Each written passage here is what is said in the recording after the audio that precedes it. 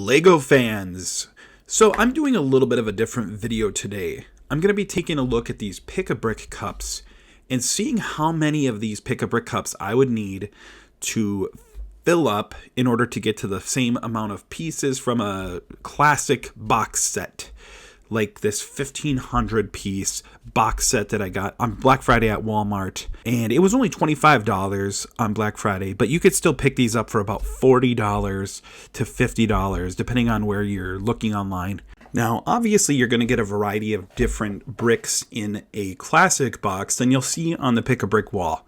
I'm just doing this to see how many cups will this box fill up. One thing I won't be considering in this video is how people stack up the bricks in the Pick-a-Brick wall and make them perfectly fit into the cup. I'm just going to throw them in and call it a day.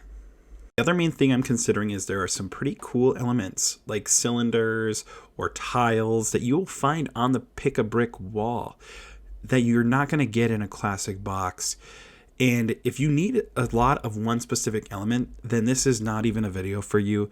I'm only looking at building up the actual quantity of Lego bricks and pieces that you actually have in your collection to use in the background of a MOC or something. Now, dumping this out here and taking a look at these bags, you're going to see some parts in here, like, for example, the eyeballs that are not really going to be used in a lot of MOCs. So unfortunately, those are just going to be kind of filler in the bottom of each of these cups when we're pouring them in. That said, you're probably going to do that at the Lego store anyway with parts that you probably won't use. You might do that with like studs or some other small Lego pieces that you see on the wall.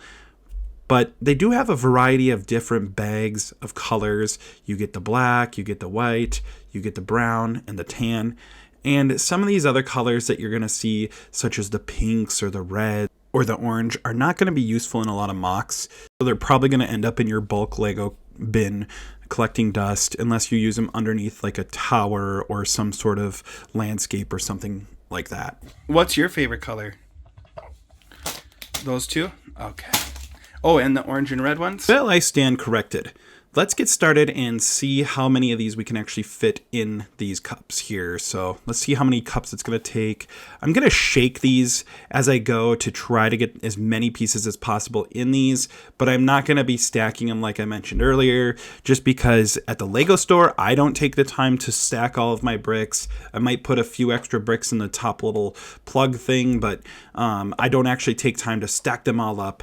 And some of these items like the plates and stuff are going to take up a little more space, but those are also really useful parts that you're going to probably try to gravitate towards at the Pick-a-Brick wall anyway.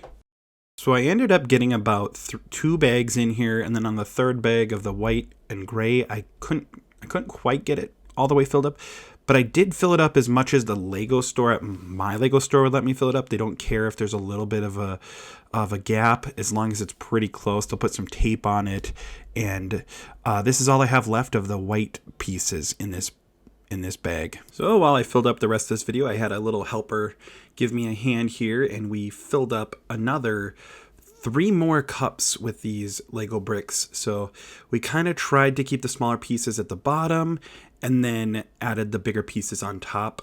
Of course, shaking them up along the way to make sure that we get the most pieces in that we can. So after getting all these put into the cups, we decided we were going to go ahead and even out the cups just a little bit because they were a little off, and we fit all these pieces pretty much perfectly into 4 Pick-a-Brick cups. Heck yeah. How many did we get? Can you count them? How many cups did we get? 1, 2, 3, 4. 4? Yeah. All right. So I guess the question is it worth it? Is it worth it to get these over Pick-a-Brick cups? And I guess it kind of depends. You do get all these great pieces, and I'm just going to kind of dump them out here so you can kind of see an overview of what you get. But you get a lot of bigger pieces, some good plates, some nice round elements, some different, just a bunch of different stuff that you could definitely work with in MOCs and different opportunities to use these pieces Now that said, you won't get any of those cool, unique pieces. You won't get a whole bunch of 1x2s, or let's say you need some 1x4s or whatever a particular element you need. You're not going to get that. Now, I did actually go on Bricklink and price this out. If you were to buy all these pieces at the average price, brand new, you're looking at 339 unique pieces for $135. That's quite a bit. I mean, obviously that's just an average and not really the realistic value or price you're going to pay for all these bricks, but it is kind of a nice little starting point or piece of information to know. If you like this video and want me to keep on making more LEGO videos, check out my channel and let me know in the comments below.